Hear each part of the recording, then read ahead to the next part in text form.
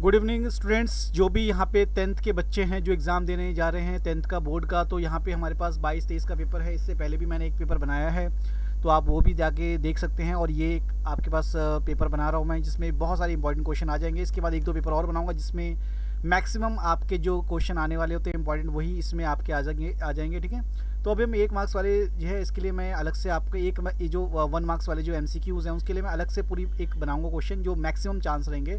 फिलहाल हम 2 मार्क्स से स्टार्ट करते हैं। ठीक है, तो मैंने आपको जैसे कहा कि 1 मार्क्स वाले में अलग से स्टार्ट करूँगा आपके लिए।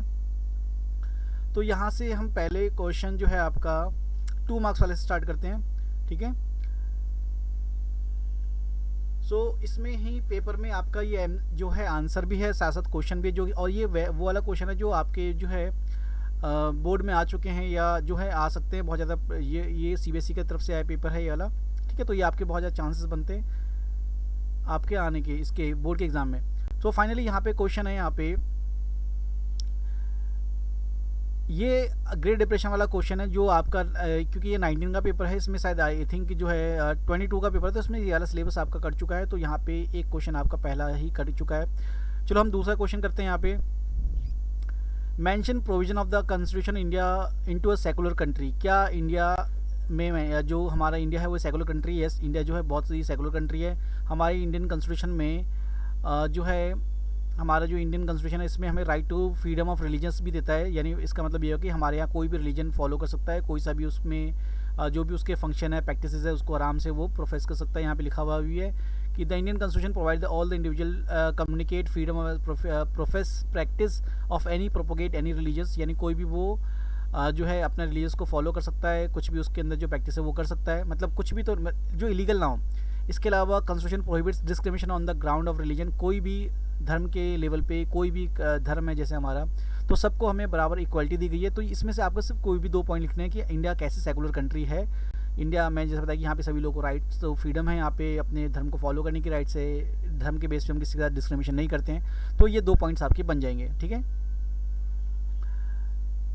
इसके अलावा नेक्स्ट जो क्वेश्चन है हमारा,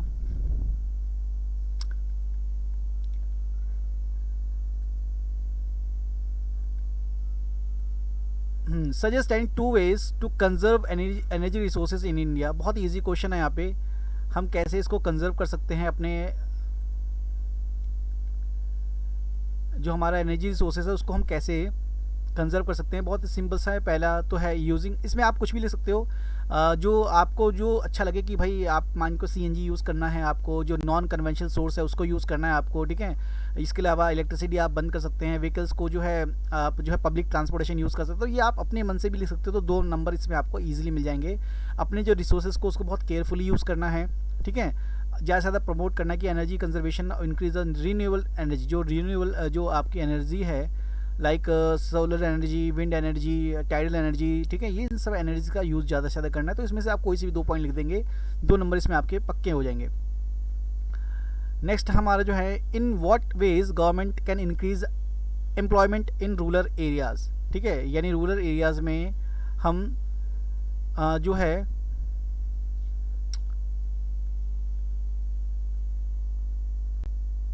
लिखा हुआ रूरल एरियाज़ में कैसे हम जो है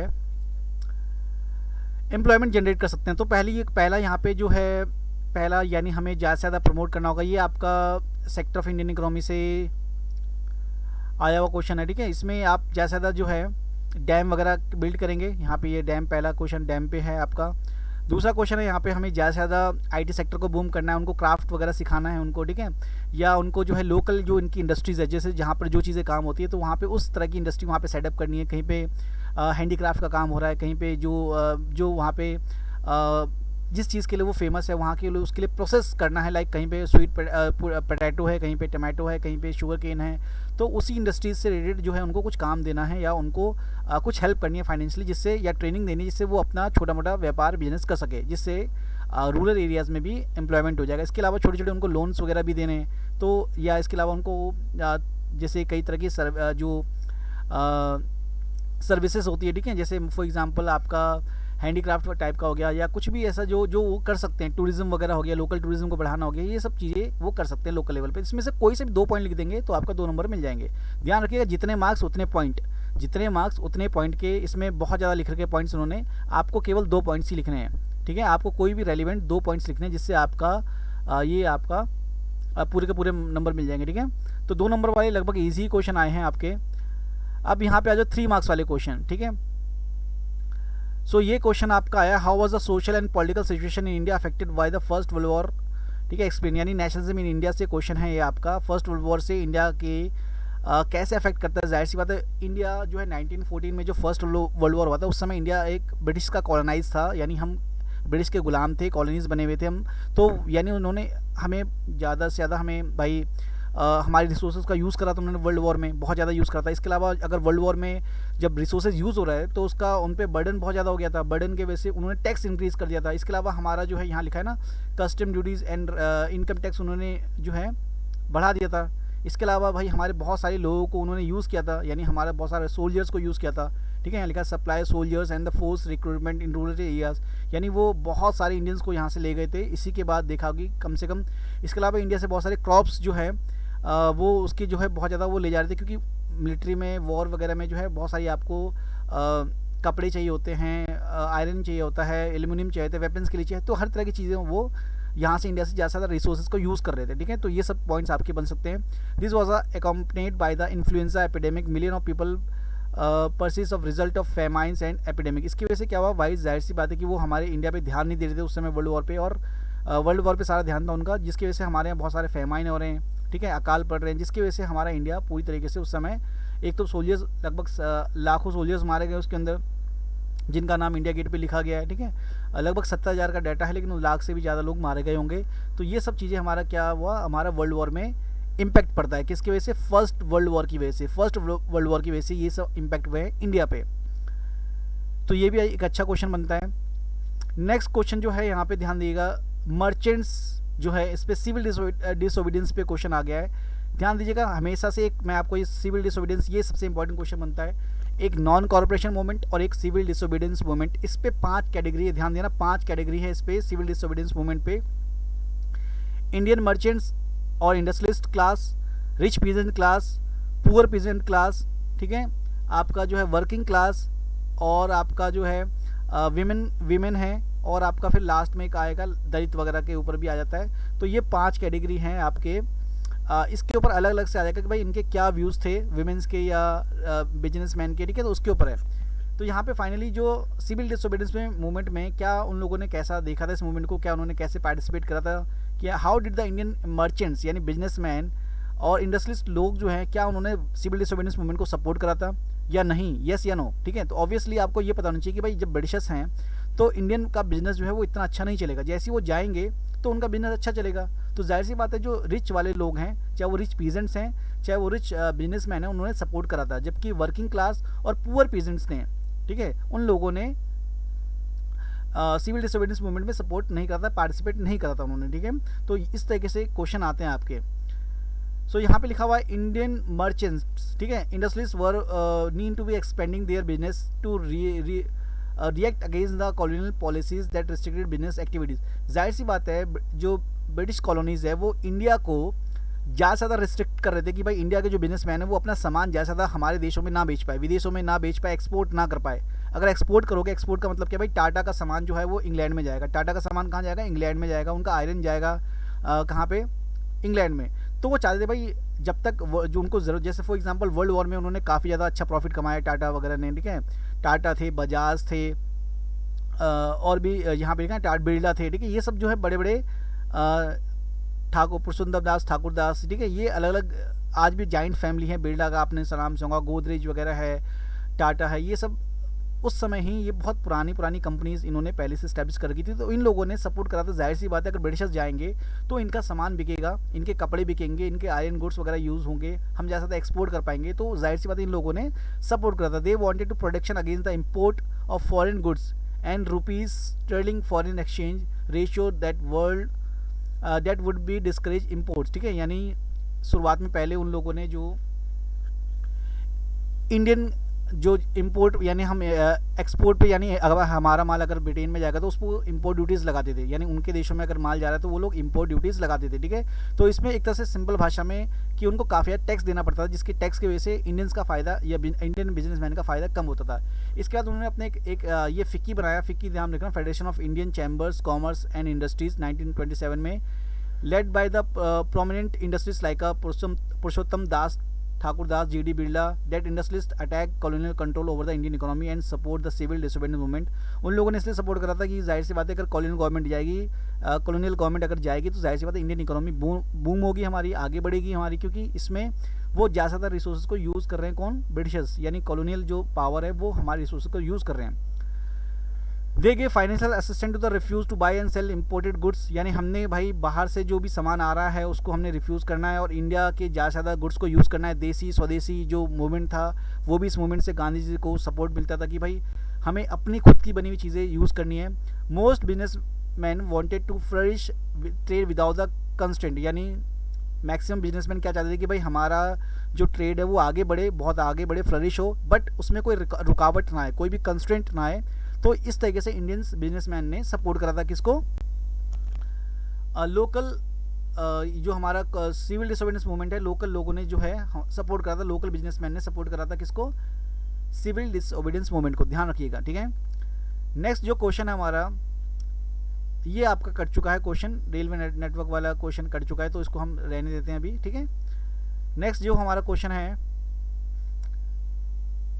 मल्टीनेशनल जो कॉर्पोरेशन है different from the other companies, explain with example.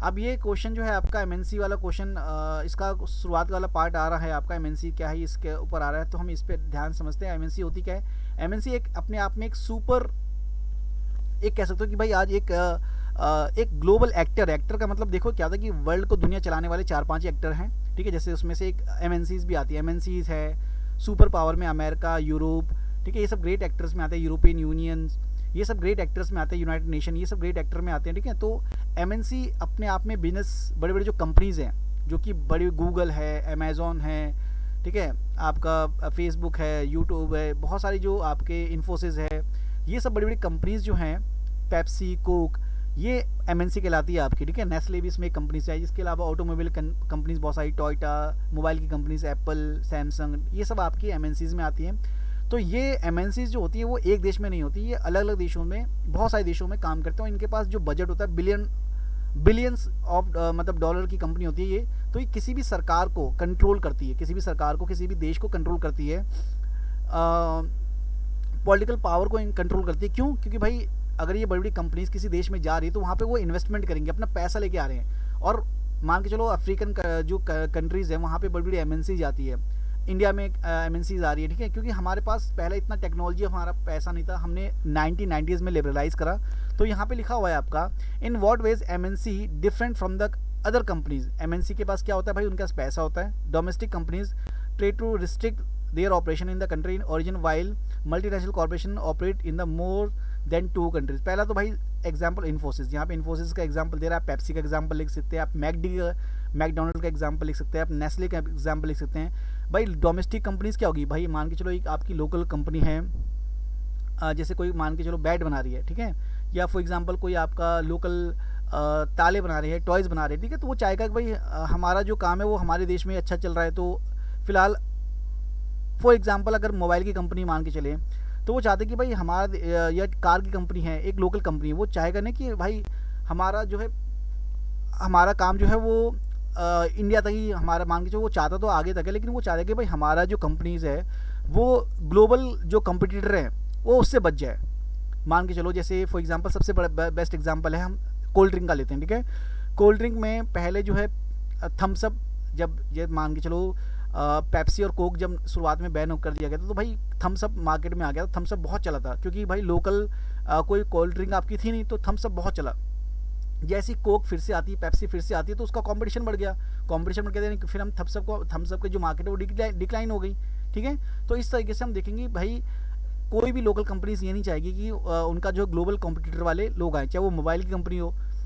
अब देखो टाटा या रिलायंस के पास मोबाइल होते थे, पहले बनाते थे, लेकिन आज वो कहाँ हैं, आज वो बना नहीं पा रहे हैं। क्यों? क्योंकि उनके पास चाइनीज़ और ओप्पो, वीवो, या जो आपकी सैमसंग है, एप्पल है, इनसे कंपटीशन है भाई। लोग जो है वो टाटा और रिलायंस के फ़ोन नहीं खरीद रहे हैं। क्या इनके पास पैसे की कमी है? नहीं, इनके पास पैसे की कमी नहीं है, फिर भी ये लोग उस बड़ी बड़ी कंपनी से कम्पीट नहीं कर पा रहे हैं। तो डोमेस्टिक कंपनीज़ हमेशा चाहती है कि भाई यहाँ पे, वैसे टाटा रिलायंस तो एक बहुत बड़ी का एग्जाम्पल दिया है मैंने, ऐसे बहुत सारे सेक्टर्स है जहाँ पर डोमेस्टिक कंपनीज जो है वो कम्पीट नहीं करना चाहती हैं एक ग्लोबल कंपनी से, ठीक है। Companies Infosys expand globally and many, यहाँ पे आप इन्फोसिस एक आईटी कंपनी है, ठीक है। आप इसकी जगह आप, मैंने जैसे बताया भाई, गूगल का नाम ले लीजिए, आप मैकडी का नाम ले लीजिए, पेप्सी का नाम ले लीजिए, ठीक है। So companies expand globally for many reason, mostly obtain from new markets. वो चाहते हैं कि भाई हमारा ज़्यादा से ज़्यादा मार्केट हो, हमारा जो है जो मार्केटिंग मतलब क्या है कि हमारे अलग अलग देशों में हमारा चीज़ें पहुँचे, ठीक है। जितनी हमारे देशों में, जितनी ज़्यादा देशों में चीज़ें हमारी पहुँचेगी उतना ज़्यादा हमारा क्या है, हमें रिसोर्सेज हम वहाँ पे लगाएंगे जहाँ पर हमारा सबसे ज़्यादा कॉस्ट कम आएगा। चाइना में मान के चलो एप्पल या जो है सैमसंग, सबके पार्ट्स बन रहे हैं वहाँ पे, क्यों? क्योंकि वहाँ पे सस्ता है। इसके अलावा मल्टीनेशनल कंपनी जो है वो फाइनेंशियल बहुत स्ट्रांग होती है, उनके पास पैसा बहुत ज़्यादा होता है, ठीक है। इसके अलावा उनके पास कई बार जो है मल्टीनेशनल कंपनीज़ के पास इतने ज़्यादा, उनके पास ऑपरेशन चेन अलग अलग जगह होता है, फ्रेंचाइजी अलग अलग होती है, वो कॉस्ट कटिंग कर पाती है। मतलब क्या हुआ कि भाई रिलायंस का मोबाइल मान के चलो आप जो है 5,000 में एक बेकार सा फ़ोन मिल रहा है, लेकिन चाइनीज़ और या जो है या चाइनीज़ मोबाइल मान के चलो, क्योंकि वो कंपटीशन में आ चुका है, आपके एक एमएनसी है मान के चलो ये ओप्पो वीवो, तो वो कंपटीशन कर पाएगी किससे? वो कंपटीशन नहीं कर पाएगी किससे? बड़ी बड़ी कंपनी से। कौन सी? लोकल कंपनीज, ठीक है। तो इस पे आप लिख सकते हैं एमएनसी क्या डिफरेंस। नेक्स्ट क्वेश्चन जो है हमारा, डिफरेंस बिटवीन नॉन डेमोक्रेटिक, बहुत ही सिंपल क्वेश्चन आया भाई। डिफरेंस बिटवीन डेमोक्रेटिक और नॉन डेमोक्रेटिक कंट्री में क्या डिफरेंस है? डेमोक्रेटिक कंट्रीज़ में आपके पास पता होना चाहिए कि भाई डेमोक्रेटिक कंट्री में सबसे पहले इलेक्शंस होती हैं, वहाँ पे अकाउंटेबिलिटी होती है, वहाँ पे जो लीडर्स होते हैं वो अकाउंटेबल होते हैं टू दी पीपल, ठीक है। वहाँ पे आप सवाल पूछ सकते हो। वहाँ पे इलेक्शंस, उनको यहाँ 3 वर्ड आते हैं, आपको पता होगा। ट्रांसपेरेंट, ये आपका जो है ट्रांसपेरेंट, लेजिमेट और अकाउंटेबल, ठीक है। ये वाला जो क्वेश्चन है आपका जो पॉलिटिकल साइंस का क्वेश्चन है, ठीक है। सो इसमें डेमोक्रेटिक गवर्नमेंट में है जो ट्रांसपेरेंट होते हैं, लेजिटिमेट होते हैं, अकाउंटेबल होता है। इस तीनों का लाइन का मतलब समझिए। ट्रांसपेरेंट का मतलब जो है भाई, हम अपने गवर्नमेंट को जानते हैं, हमें पता है कि वही वो क्या कर रहे हैं, ठीक है। हमारे पास आरटीआई है। लेजिटिमेट मतलब वो इलेक्टेड, एक लीगल तरीके से इलेक्टेड आए, किसी को मार करके, डिक्टेटर बन करके, या पावर को उन्होंने हथियाया नहीं है, ठीक है। अकाउंटेबल भाई उनकी जवाबदेही बनती है, जिम्मेदारी बनती है। एक डेमोक्रेसी में क्या होता है कि भाई आपको जवाबदेही होती है, और अगर आप जवाब नहीं दे पाते हो या आप कोई करप्शन करते हो तो अगली बार हम हरा भी सकते हैं आपको, ठीक है। सो इस वजह से वो थोड़े से अकाउंटेबल बने रहते हैं। वेयर्स नॉन डेमोक्रेटिक कंट्री में कोई आप पूछ नहीं सकते हो, उनको इलेक्शंस को कोई जज नहीं कर सकता, वो ट्रांसपेरेंट नहीं होते हैं और लेजिटिमेट भी नहीं होते। लेजिटिमेट मतलब क्या है कि वो इलेक्टेड नहीं होते हैं, ठीक है, वो इलीगली तरीके से बने होते हैं। Democratic government provides dignity and freedom, यानी सबको यहाँ पे फ्रीडम मिलती है और बराबर मिलती है, ठीक है। और जो कि हमने देखा है भाई, जैसे बेल्जियम में सबको राइट्स मिले, सबको अधिकार मिले, इंडिया में सबको राइट्स मिल रहे हैं, चाहे वो कोई भी कास्ट का हो, रिलीजन का हो, सबको बराबर राइट्स मिले हुए हैं, फ्रीडम सबको मिले हुए हैं, ठीक है। जबकि अगर वो नॉन डेमोक्रेटिक कंट्री है तो वहाँ पे वो अपनी कम्युनिटी को ही ज़्यादा सपोर्ट करता है। फॉर एग्जांपल श्रीलंका में हम देखेंगे कि किस तरीके से एक पाकिस्तान में, जैसे मान के चलो पाकिस्तान में है, श्रीलंका में देखा कि भाई एक कम्युनिटी को ज़्यादा सपोर्ट करते हैं, दूसरी कम्युनिटी को वो सपोर्ट कम कर रहे हैं, तो वो एक नॉन डेमोक्रेटिक कंट्री ही मानी जाएगी।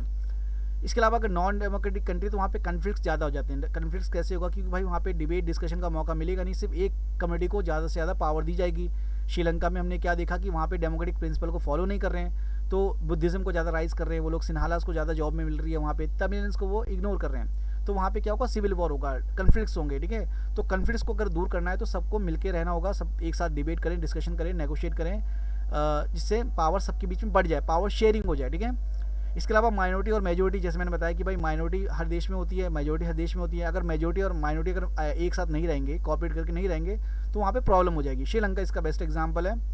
Enhance dignity without the any discrimination, वही पॉइंट आ रहा है बार बार कि भाई हर कोई डेमोक्रेटिक कंट्री में इज्जत के साथ रह सकता है। इसके अलावा और भी लिख सकते हो आप, वो इलेक्टेड होते हैं, ठीक है। उसके अलावा वहाँ पे आप कह सकते हो भाई इक्वालिटी हो गई आपकी। इसके अलावा वहाँ पे आप राइट टू वोट भी लिख सकते हो, ये सब भी आप पॉइंट लिख सकते हो उसके अंदर, ठीक है। ये वाला क्वेश्चन जो है आपका इकोनॉमिक्स का, tertiary sector different from other sector, justify statement with suitable argument. भाई टर्सरी सेक्टर जो है आजकल के टाइम में सबसे ज़्यादा आपका जीडीपी में सर्विस सेक्टर में आता क्या है? सर्विस सेक्टर में आपको पता होना चाहिए भाई, प्राइमरी सेक्टर में आपका पूरा एग्रीकल्चर और माइनिंग वगैरह आता है। सेकेंडरी सेक्टर में आपका पूरी मैन्युफैक्चरिंग आती है। टर्शियरी सेक्टर में हर टाइप की सर्विसेज आती हैं। सर्विसेज मतलब बैंकिंग सर्विसेज, ओला, ऊबर, अमेजोन, फ्लिपकार्ट, ठीक है, आपका जेप्टो, जितनी भी सब चीज़ें हैं आपकी, वो सब आपकी सर्विस सेक्टर है। होटल इंडस्ट्रीज़ आपकी सेक्टर से, आईटी इंडस्ट्री आपकी पूरी सर्विस सेक्टर है, ठीक है। मतलब सॉफ्टवेयर वाला पार्ट जो है आपकी आईटी, कॉल सेंटर वगैरह, ये सब आपका सर्विसेज में आ जाते हैं, ठीक है। Doctor, engineers, accountant, chartered accountant, lawyers, teachers, ये सब आपके टर्सरी में आते हैं। तो जाहिर सी बात है कि tertiary sector basic services sector है, where primary secondary sector that of produce goods, ठीक है। टर्सरी सेक्टर जो है मान लो प्राइमरी और सेकेंडरी को एक तरह से बैलेंस करता है। अगर प्राइमरी में कुछ चीज़ बन रही है, प्राइमरी में कुछ चीज़ मान के रॉ मटेरियल आ रहा है, तो सेकेंडरी में बनती है, और टर्सरी जो है उनको सर्विस देता है, उनको चीज़ों को पहुँचाता है लोगों तक, ठीक है। Tertiary sector support the help in development the primary और सेकेंडरी। वही बात होगी कि भाई प्राइमरी और सेकेंडरी सेक्टर को वो हेल्प करता है एक तरह से बूस्ट होने में। Tertiary activity are assistance for production process. इसके अलावा टर्सरी सेक्टर जो है मान के चलो आपका हेल्प करता है कि भाई ज़्यादा से ज़्यादा जो कस्टमर को जो रिक्वायरमेंट है तो उसी चीज़ पे आप बनाओगे, ठीक है। तो वो आपका हेल्प करता है एक तरह से, भाई कस्टमर को क्या डिमांड चाहिए, आप मार्केटिंग क्या है, ठीक है। तो ये सब हेल्प करती है आपकी कौन, टर्सरी सेक्टर। इसके अलावा tertiary sector service like transportation, इसके बिना जो है आपका पूरा हो नहीं पाएगा। क्या नहीं हो पाएगा अगर टर्सरी सेक्टर ना हो। जैसे फॉर एग्जांपल सब एक दूसरे को बैलेंस करते हैं, ठीक है, लेकिन ट्रांसपोर्टेशन ना हो, बैंकिंग सिस्टम ना हो, कम्युनिकेशन ना हो, तो आपका टर्सरी जो है प्राइमरी और सेकेंडरी सेक्टर बहुत ही आगे नहीं बढ़ पाएगा। इट जनरेट मोर एम्प्लॉयमेंट, क्योंकि आज हर कोई जो बच्चा है जो है वो प्राइमरी में जाना नहीं चाहता, सेकेंडरी में जाना नहीं चाहता, वो टर्सरी में जाना चाहता है। हर कोई आज जो है सर्विस करना चाहता है। सर्विस मतलब नौकरी करना चाहते हैं, बैंक की, आईटी की, कंप्यूटर की, गूगल की, ठीक है। हर तरह के लोग जो हैं जॉब करना चाहते हैं होटल इंडस्ट्रीज़ में। तो मैक्सिमम आज जो पैसा भी है, जीडीपी जो है मैक्सिमम हमारे इंडिया का टर्सरी सेक्टर से आ रहा है। तो इस तरीके से हमारी 3 पॉइंट रेलिवेंट हो जाएंगे इसके अंदर। अब आते हैं भाई 5 मार्क्स के क्वेश्चन के ऊपर। 5 मार्क्स के ऊपर जो पहला क्वेश्चन है, बहुत ही पहला नेशनलिज्म यूरोप से क्वेश्चन है, कलेक्टिव आइडेंटिटी के ऊपर क्वेश्चन है। ये प्रीवियस जो मैंने वीडियो बनाई उसके अंदर भी ये वाला क्वेश्चन आया था, बट वो इंडिया के रिगार्डिंग में था। यहाँ पे हम एक एक करके पॉइंट डिस्कस करते हैं। पहले क्वेश्चन समझ लो भाई, collective identity among the French people, यानी मतलब ये हुआ कि highlight the various measures and practice that French revolutionary introduce in create a sense of collective identities amongst the French people. यानी फ्रेंच पीपल, जब फ्रेंच रेवोल्यूशन होता है तो उससे पहले वो अपने आप को एक देश के रूप में कन्वर्ट करते हैं। देश का मतलब ये हुआ कि अपने आप को वो एक देश बना रहे हैं, यूरोप में पहला, ठीक है, अपने आप में एक पहला देश बना रहे हैं। कौन? फ्रांस वाले, ठीक है। तो फ्रांस वाला जब देश बना रहे थे तो उसके बीच में कुछ चीज़ें कॉमन होती हैं जिसकी वजह से वो देश बना पाए। वो चीज़ें क्या थी? वो उनकी चीज़ थी पहली, the idea of la patria, यानी मदरलैंड या ला पैट्रिया मतलब फादरलैंड उन्होंने क्रिएट करा, ठीक है। उन्होंने अपने आप को सिटीजन डिक्लेयर करा कि भाई हम एक सिटीजन हैं, हम एक सिटीजन और एक कॉन्स्टिट्यूशन के अंडर में रहेंगे। तो ये पहला उनकी बिलोंगिंग थी कि भाई हम एक टुकड़े, एक पर्टिकुलर फ्रेंच बोलने वाले जो लोग हैं, अभी हम आगे पढ़ेंगे, ठीक है। एक फ्रेंच बाउंड्री है आपकी, तो वहाँ पे हम रहते हैं और वहाँ पे रहते हैं तो वहाँ के लोग क्या बोलते हैं? फ्रेंच बोलते हैं। और हम इस बाउंड्री पे रहने वाले लोग हम क्या कहलाएंगे? सिटीजन कहलाएंगे। तो और हम एक रूल के अंडर में रहेंगे। तो ये पहला चीज़ उनको जोड़ती है, ठीक है।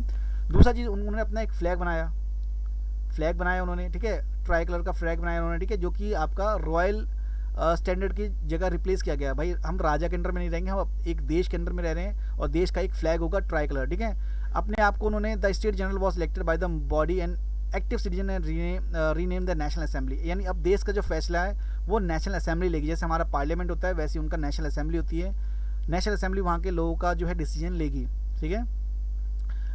कॉमन हिस्ट्री, आपको पता भाई हिस्ट्री बहुत क्रिएट करती है कि आपकी हिस्ट्री क्या है, आपकी जो आपको जैसे मैंने बताया लैंग्वेज, एक तो सबसे पहले लैंग्वेज ही आपकी है कि भाई आप एक फ्रेंच में बन रहे हो तो आपके कॉमन फोक होंगे, हाइम्स होंगे। हाइम्स मतलब क्या है? नए नए कविताएं, नए नए पोएम्स, नए नए जो है आपकी हाइम्स लिखे गए, ठीक है, स्लोगन लिखे गए कि भाई जिससे, और इसके अलावा ओथ टेकन एंड मार्टरिस क्या है कॉमेमोरेटेड, मतलब क्या कि ताकि भाई देश जो शहीद होते हैं, जैसे नेशनल हीरोज़ हैं हमारे, ठीक है, उन लोगों को उन्होंने क्या करा? उन लोगों को सेलिब्रेट करना स्टार्ट करा, उनको उन्होंने शहीदी दिवस बनाना स्टार्ट करा, जिससे ज़्यादा लोगों के अंदर एक देशभक्ति की फीलिंग आए। जैसे हमारे यहाँ झांसी की रानी है, हम सेलिब्रेट करते हैं, भगत सिंह को सेलिब्रेट करते हैं, ठीक है, उनकी शहादत को, उनकी कुर्बानी को हम याद करते हैं। तो यहाँ पे लिखा है मार्टरिस कॉमेमोरेटेड, मतलब क्या है कि उन लोगों को, उनकी शहादतों को, उनकी कुर्बानियों को, जिन्होंने फ्रेंच रेवोल्यूशन में कंट्रीब्यूट करा था, तो उनको याद रखा जाए, उनको नेशनल हीरो के रूप में सेलिब्रेट करा जाए, ठीक है। इसके अलावा the centralise administrative system was place, यानी सारा का सारा जो लॉ होगा वो यूनिफॉर्म होगा, देश में एक जैसा रूल होगा, एक जैसा कानून होगा, एक जैसा एडमिनिस्ट्रेशन सिस्टम होगा, एक जैसे रूल्स होंगे। तो ये सब चीज़ें फॉलो करी जाएगी, ठीक है। इसके अलावा जो कस्टम जो टैक्स लगते हैं भाई, अलग अलग जगह पे आप अलग अलग स्टेट्स में जाओगे तो आपको अलग अलग टैक्स देना पड़ेगा, अलग अलग मेजरमेंट होगा, अलग अलग जो है वेट होंगे, तो उन सबको एक किया गया भाई। 1 किलो का मतलब 1 किलो ही है, 1 किलो में 1000 ग्राम्स होंगे, जो लीटर में जो है 900 ml होंगे, करेंसी की वैल्यू क्या होगी, टैक्स कैसे होंगे, वो सब एक जैसा होगा पूरे देश में, ठीक है। इसके अलावा रीजनल डायलेक्ट्स, जो रीजनल डायलेक्ट्स है उसको सबसे बड़ा लैंग्वेज तो यही है। रीजनल डायलेक्ट्स का मतलब क्या है, जो आपकी लोकल भाषा है उसको जो थोड़ा बहुत चेंज होती है ना, ठीक है, जो आपकी जो लैंग्वेज होती है, जो जो चेंज होती है आपकी, ठीक है। डायलेक्ट्स का मतलब क्या होता है कि जैसे मान के चलो हिंदी अलग अलग तरीके से बोली जाती है, जैसे राजस्थानी हिंदी अलग है, हरियाणवी हिंदी अलग है थोड़ी सी, ठीक है, तो भोजपुरी हिंदी अलग है थोड़ी सी, सॉरी जो थोड़ा सा पूर्वांचली हिंदी थोड़ी सी अलग है। तो इस तरीके से जो हिंदी के अलग अलग जो वेरिएशन मिलते हैं, तो वैसे फ्रेंच के जो अलग अलग वेरिएशन थे उन सबको डिस्करेज करके वो कहते हैं भाई सबको फ्रेंच बोलना होगा और उसको ही लिखना होगा आपको, क्योंकि फ्रेंच जो हमारी देशभक्ति भाषा बनेगी और नेशनल लैंग्वेज बनेगी और जो सबको एक साथ जोड़ेगी, ठीक है। तो इस तरीके से जो लोकल भाषा है उसको ना बोल करके आप एक ही भाषा बोलिए, उसका नाम होगा फ्रेंच, ठीक है। तो इस तरीके से अपने आप को उन्होंने क्या करा, एक अपनी कॉमन हिस्ट्री में, अपने कॉमन बाउंड्रीज में, अपनी कॉमन लैंग्वेज में, अपने कॉमन हीरोज़ में उन्होंने और अपने कॉमन लॉज में उन्होंने अपने आप को बांधा और एक देश बनाया जिसका नाम था फ्रांस। सबसे पहला यूरोप में एक देश के रूप में निकल कर आया, ठीक है। अब यहाँ पे नेक्स्ट क्वेश्चन 5 मार्क्स का अलग बहुत ही अच्छा क्वेश्चन आता है यहाँ पे। Again, highlight the role of Otto von Bismarck in making of Germany. ये क्वेश्चन तो बहुत ही बढ़िया है, 2 ही क्वेश्चन बहुत बढ़िया होते हैं भाई। 2 क्वेश्चन क्या हैं आपके, एक तो यूनिफिकेशन ऑफ जर्मनी और unification of Italy. In question को तो रट के जाना, याद करके जाना, ये पक्के ही आने वाले हैं, पक्का बिल्कुल इसको कर लेना याद। अब आपको पता भाई ओटो बिस्मार्क जो है, ओटो वन बिस्मार्क जो है वहाँ पे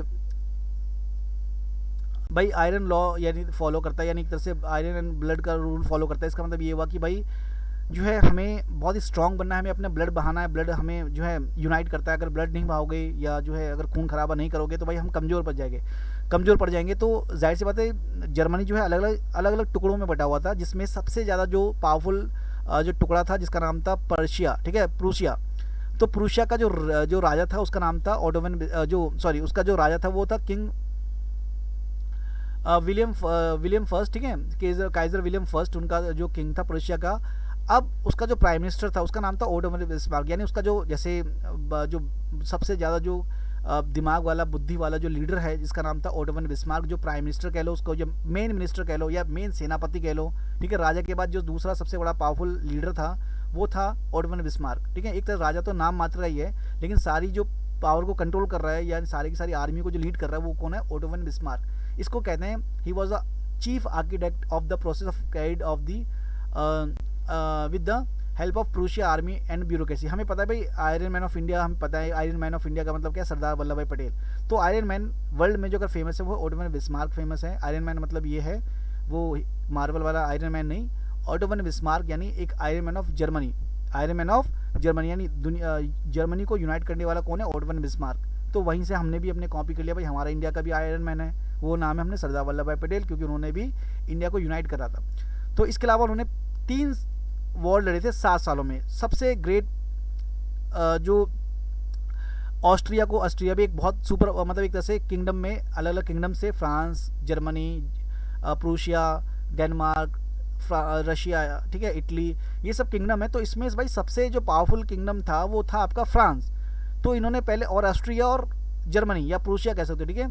तो इन सबको भी भाई उन्होंने हरा दिया। सबसे पहले ऑस्ट्रिया को हराया, उसका डेनमार्क को हराया, और सबसे बड़ा जो ताकतवर देश था वो फ्रांस, यानी उसका कट्टर दुश्मन जर्मनी का या प्रूशिया का, उसको जब हरा दिया भाई, जर्मनी के साथ छोटे छोटे और स्टेट्स थे। जर्मनी मतलब एक तरह से प्रूशिया मेन है, प्रूशिया के साथ और छोटे छोटे किंगडम थे। यानी प्रूशिया ऐसे समझो आप जैसे इंडिया में, इंडिया एक कॉमन है। अब आज इंडिया आपको दिख रहा है ना, पहले तो अलग अलग तरीके से ये छोटे मराठा, ठीक है, आपका महाराष्ट्र, ठीक है, यहाँ पे पंजाब, यहाँ पे आपका मैसूर, यहाँ पे आपका जो है बंगाल, यहाँ पे आपका जो है यूनाइटेड प्रोविंसेस, इस तरीके से अलग अलग टुकड़ों में बटा हुआ है। तो वैसे ही उस समय वो अलग अलग टुकड़ों में बटा हुआ था, लेकिन उसमें सबसे जो टुकड़ा, जो सबसे पावरफुल टुकड़ा था उसका नाम था प्रूशिया, ठीक है। 39 अलग अलग वो स्टेट्स में बटा हुआ था। तो इस तरीके से जो सबसे प्रूशिया, जब अकेले प्रूशिया ने एक अलग से टुकड़े ने, जैसे मान के चलो भाई पंजाब ने या मराठास ने अलग अलग जो है किंगडम को हरा दिया, तो भाई सबको मराठा की तरफ जाना चाहिए था, लेकिन ऐसा नहीं किया हमारे इंडियंस ने, ठीक है। या मान के चलो राजपूत सब एक साथ हो जाते, तो सभी जो है किंगडम हमारे जो है जो भी किंगडम थे वो सब एक साथ हो जाते, तो क्या होता भाई राजपूत अगर सारे एक साथ होते तो भाई ब्रिटिशर्स हार ही जाते। तो सेम विद यहाँ पे था कि ऑस्ट्रिया, डेनमार्क, फ्रांस जो है ना, इन तीनों को अकेले किसने हराया? प्रूशिया ने। ठीक है, प्रूशिया यानी जर्मन का एक एक छोटा सा स्टेट था, इस तरीके से समझो आप। ठीक है, बाद में जर्मनी बनता है, लेकिन उससे पहले वो अलग अलग टुकड़ों में बटा हुआ है, हालांकि उसमें जर्मन कल्चर कॉमन है उनके अंदर। ठीक है, so ended in Prussian victory and completed the process of unification. जब इन तीनों वॉर को जब जीत लिया प्रूशिया ने, तो बाकी स्टेट्स भी इनसे इन्फ्लुएंस हो गए कि भाई जब हमारा प्रूशिया ने फ्रांस को हरा दिया, सबसे बड़े दुश्मन को हरा दिया, ठीक है, तो हमें प्रूशिया के साथ जाना चाहिए।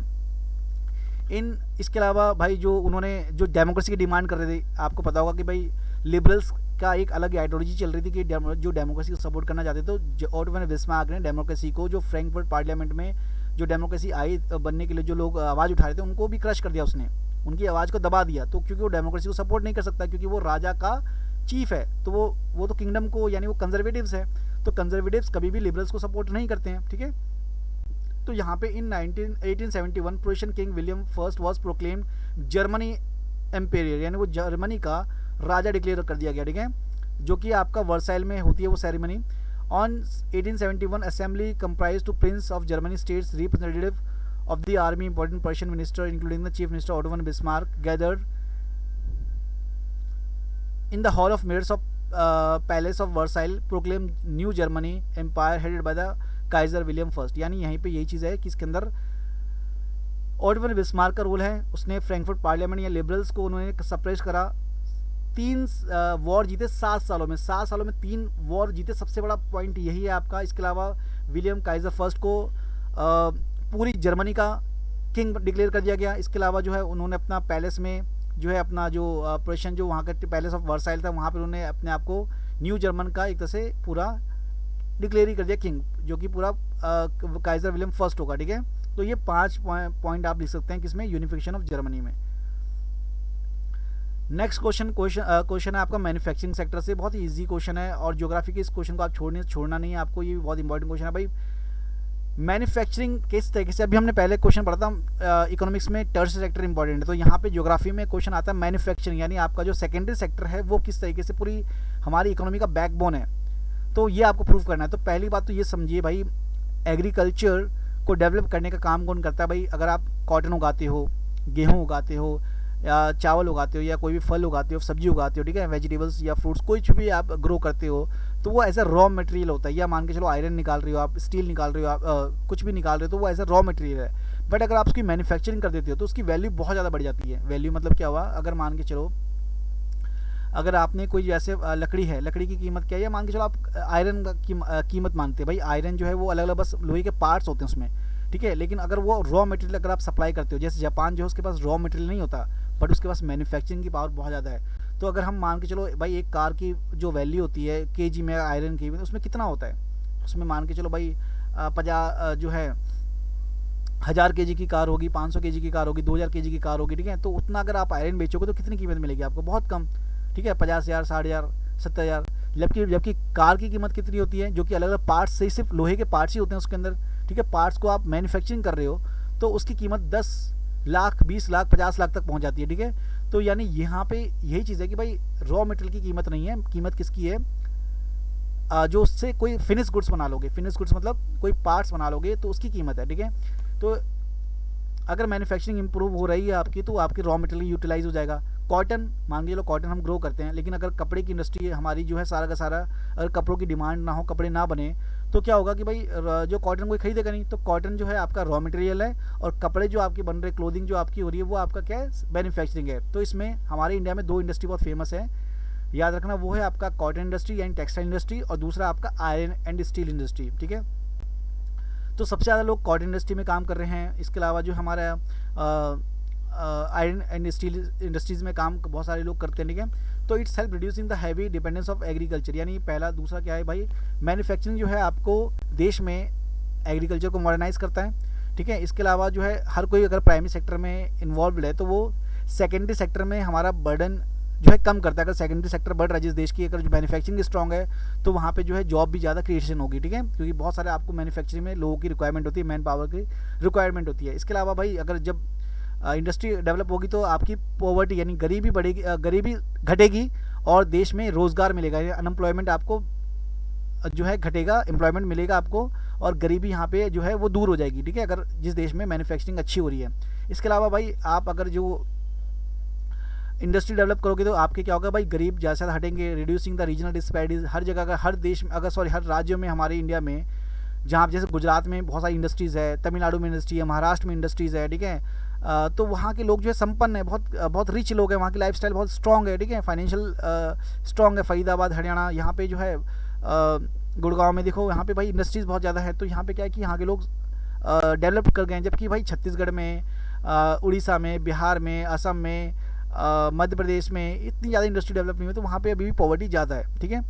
अगर मैन्युफैक्चरिंग होगी तो आप एक्सपोर्ट करोगे, जैसे जापान बहुत ज़्यादा एक्सपोर्ट करता है, क्योंकि आपकी चीज़ें अगर बनेगी तो आप उसको बेचोगे भी, और अगर आप विदेशों में बेचोगे तो उसकी 10 गुना कीमत मिलती है, डबल कीमत मिलती है, और इससे आपको फॉरेन एक्सचेंज मिलता है, यानी आपको पैसे मिलते हैं, ठीक है। तो इस तरीके से ये 5 नंबर का क्वेश्चन आपको बनेगा, ये आपका किस में आएगा, मैन्युफैक्चरिंग में। नेक्स्ट क्वेश्चन है हमारा भाई, एग्जामिन द मल्टी, उसी आईडी टेक्नोलॉजी हमारी किस तरीके से हेल्प कर रही है, इसके ऊपर क्वेश्चन आ सकता है यहाँ पे, ठीक है। अब लगभग हमारे 2-3 क्वेश्चन और हैं, ठीक है, ओके। सो हम यहाँ पे थे, हम ही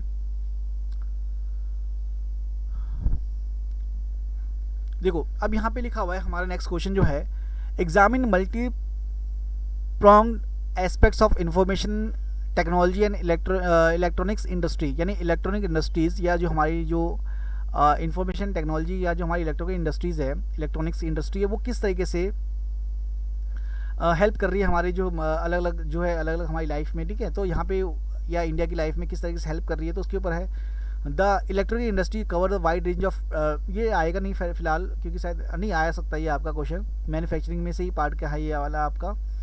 तो हम अलग अलग चीज़ें बना रहे हैं, ठीक है, जैसे फॉर एग्जांपल टेलीविज़न, इसमें से कुछ चीज़ तो इरेलीवेंट हो चुकी है, तो ये क्वेश्चन मेरे ख्याल से आएगा नहीं, इसको अवॉइड ही करिए आप, ठीक है। हम यहाँ पे इंपॉर्टेंट क्वेश्चन की बात कर रहे हैं मोस्टली, तो इस क्वेश्चन को अवॉइड ही करिए।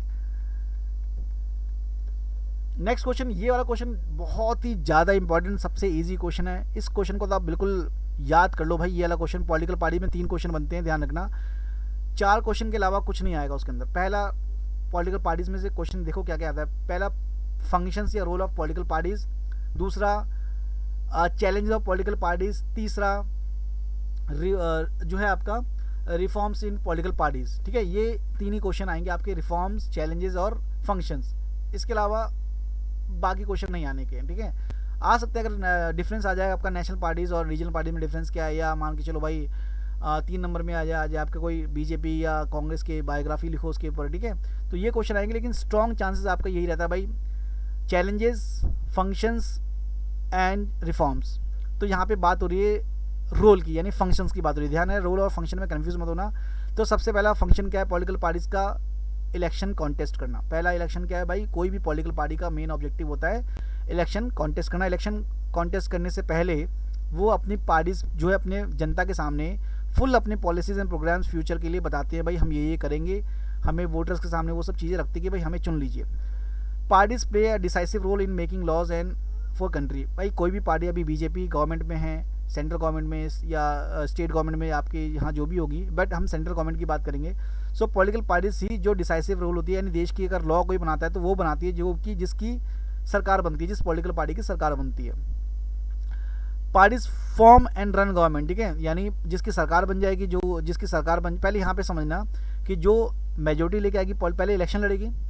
सबसे पहले क्या होता है भाई, पॉलिटिकल पार्टी बनी, उसने अपनी आइडियोलॉजीज फैलाई, अपनी आइडियोलॉजीज लोगों को फैलाई, ज़्यादा से ज़्यादा अपने फॉलोवर्स बढ़ाए, जैसे, ठीक है, जब फॉलोवर्स बढ़ाए तो उसके बाद वो इलेक्शन कंडक्ट करेगी, ठीक है, इलेक्शन कॉन्टेस्ट करेंगे, सॉरी कंडक्ट नहीं, इलेक्शन कॉन्टेस्ट करेंगे। कॉन्टेस्ट करने के बाद वो पार्टी जो है अपनी गवर्नमेंट बनाएगी। ये पहला पॉइंट आएगा, ये पहले आएगा, ठीक है, अपनी पार्टी बनाएगी, रन, ठीक है, अपनी पार्टीज फॉर्म करेगी और अपने बनाएगी। उसके बाद वो लॉज बनाएगी कंट्री के लिए, उसके बाद क्या बनाएगी, वो लॉज बनाएगी, ठीक है।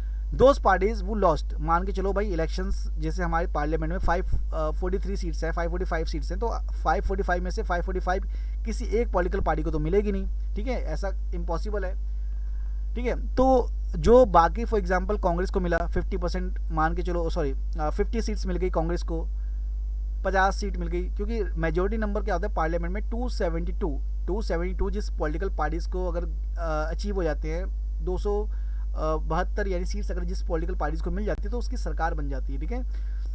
तो यहाँ पे लिखा है दोज पार्टीज वो लॉस, बट जिसकी सरकार नहीं बनती है वो अपोजिशन के रूप में काम करता है। अपोजिशन के रूप में ये है कि कांग्रेस का, मान के चलो अभी बीजेपी की सरकार है तो कांग्रेस ऐसे अपोजिशन के रूप में काम कर रही है, वो लगातार कमियां बताएगी बीजेपी की कि नेक्स्ट इलेक्शन में हमें मौका मिले। किसको मौका मिले? कांग्रेस को मौका मिले, ठीक है। तो वो अलग अलग इश्यूज़ को अलग अलग क्रिटिसाइजिंग करती रहती है गवर्नमेंट को कि उनकी फेलियर्स की, उनकी कमियां निकालती है, जिससे जनता अगली बार उनकी पार्टीज को चूज़ कर सके। इसके अलावा वो रेगुलर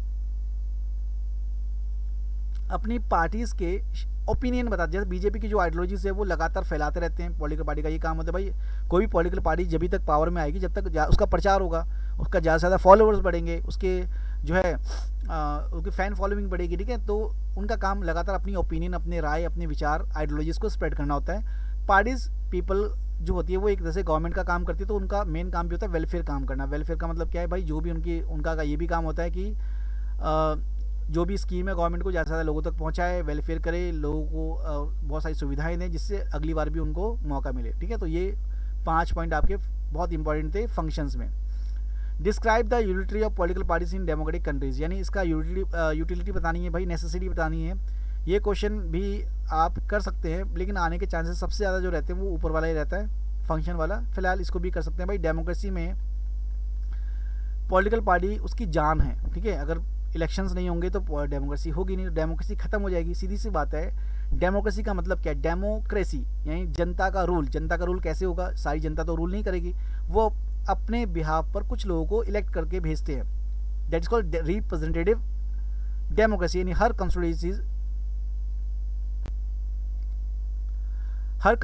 जो कंस्टिट्यूएंसीज है वो अपने लीडर को इलेक्ट करके भेजते हैं। जैसे हमने बताया भाई, इंडिया का 543 मेंबर्स हैं, 543 मेंबर्स हैं या 545 मेंबर्स हैं, वो पूरी इंडिया से अलग अलग कंस्टिट्यूएंसी चुन करके आते हैं, ठीक है।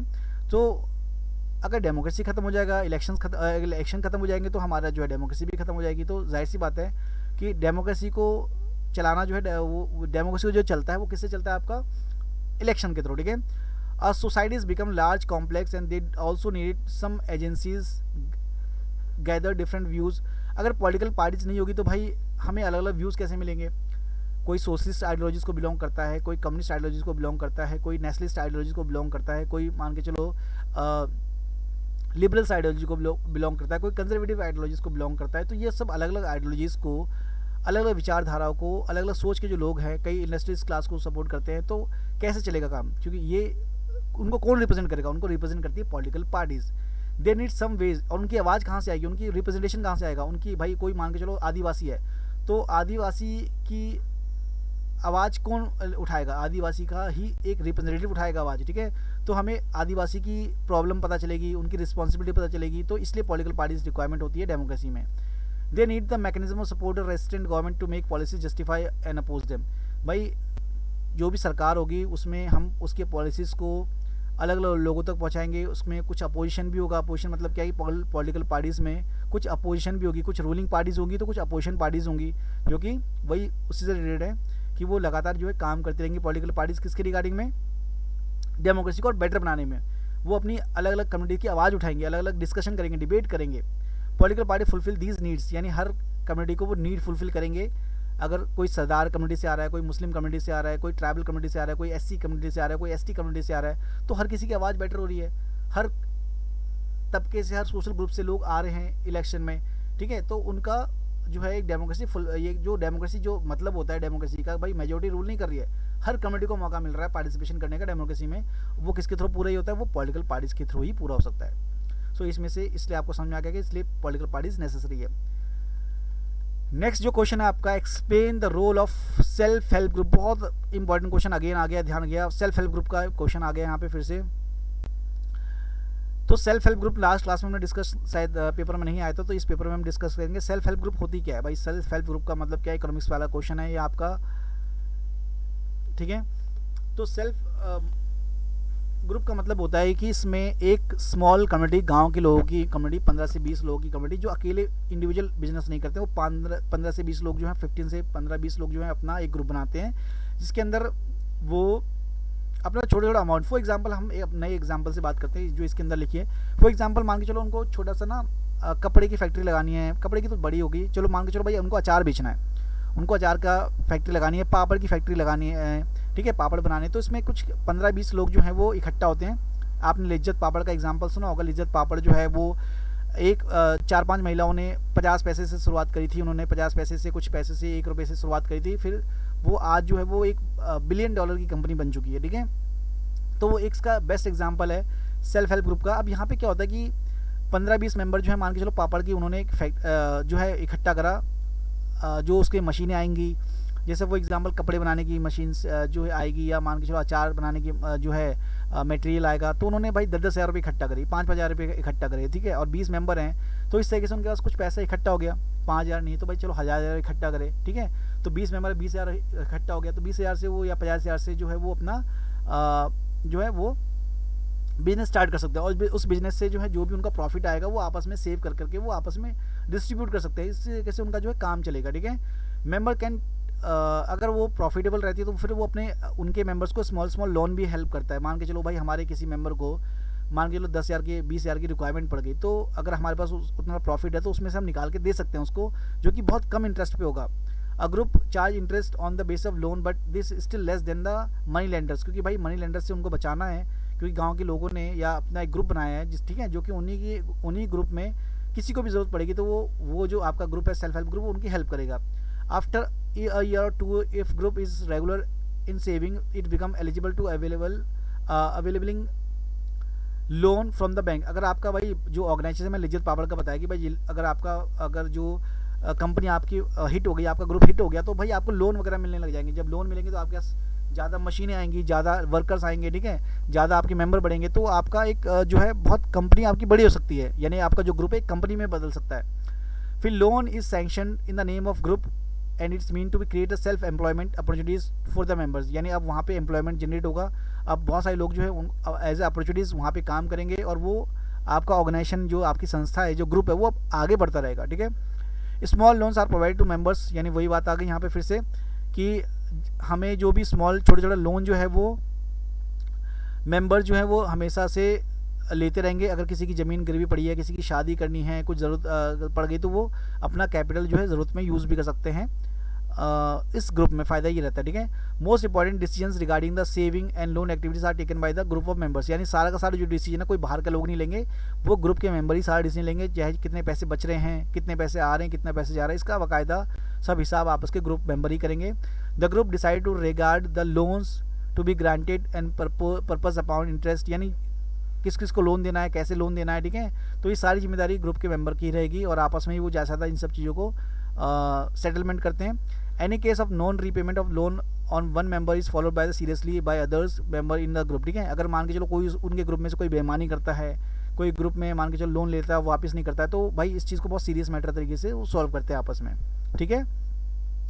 तो ये आपका हो गया सेल्फ हेल्प ग्रुप। इसके अलावा नेक्स्ट क्वेश्चन जो आ रहा है आपका, explain the significant of reserve bank of India in the Indian economy, यानी आरबीआई की क्या रोल है भाई इंडियन इकोनॉमी में।